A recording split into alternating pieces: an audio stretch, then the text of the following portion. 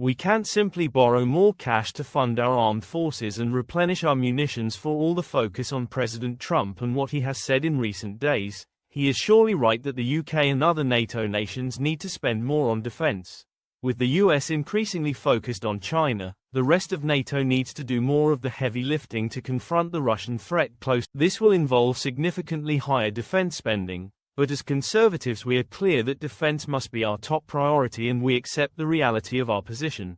As such, today I'm confirming that we are prepared to support the government in taking tough decisions, for example by cutting other budgets, including welfare and, in the short term at least, foreign aid, to boost spending on our military to the levels required. We've already shown our commitment to higher defense spending by standing at the election last July with a funded plan to get to 2.5% of GDP on defense by 2030, paid for by reducing the civil service to its pre-pandemic size. This plan was ready to go when Labour came to power.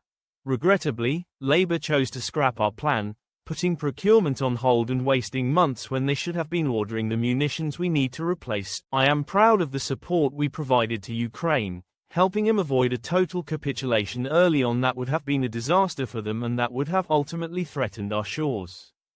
But in strongly backing our extraordinary assistance to Ukraine, the British public expect us to replenish our own weapons stocks in parallel. Our plan provided an additional £10 billion for munitions. Money Labour will still have to find and spend, but placing the orders months later than necessary. Nevertheless, if our plan for 2.5% was right last July, it's now clear that we need to go further and faster. Exactly how much further and faster than 2.5% will depend on a detailed assessment of the threat.